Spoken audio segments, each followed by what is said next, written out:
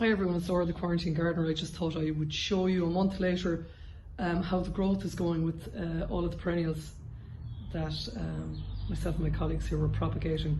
So as you can see, the Astilbes there have really taken off. I'll probably let them grow on for another month before I plant them out, but it's great because we had lost a lot of Astilbes actually in the perennial beds here with that late frost, so it's great to have replacements coming on.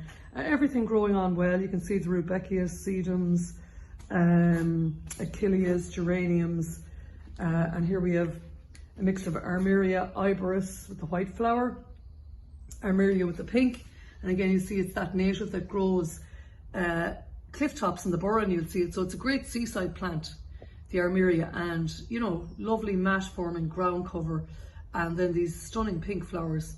And ideally I would pinch them out, because really I want the energy when I'm propagating to go into more leafy growth and root growth rather than flowering. And so by allowing it to flower, the energy is going into that. And the same with that Osteospermum. I could really pinch that out, but sometimes I don't do what's the right thing, because I find it's just lovely to come into the glasshouse and see a little bit of colour too. So you can see phlox there growing on very well. Yes, all of the, and there's the Geranium Bevans variety, which is great for dry shade and gives that lovely colour this time of year, you know, late spring kind of just, and goes into early summer. So it's a really good one for that time of the year. Yeah, some of the bamboos are recovering that David, my colleague, dug up and transplanted. And then the Carex is here.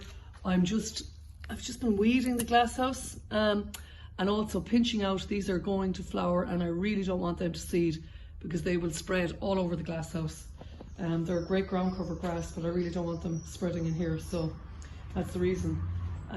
Yeah, so just doing an early kind of watering and weeding this morning, which is really nice. And much like outside, it's great to get that early hit on all the weed seeds that had been coming up in the pots. Just means less trouble and less work down the line.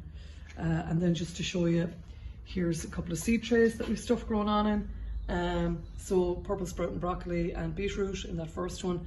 And then as you can see, the other two trays, right, the germination's very patchy, and the reason for that was I hadn't realised there were no drainage holes in the seed trays, and so it took a while before I realised and put drainage holes in them. So the stuff is starting to germinate now. Definitely that's ready to be potted on, that tray. The others then I'll just let them germinate a little bit more, and when they get their first set of true leaves, then that's when I pot them on. Okay everybody, hope you're all really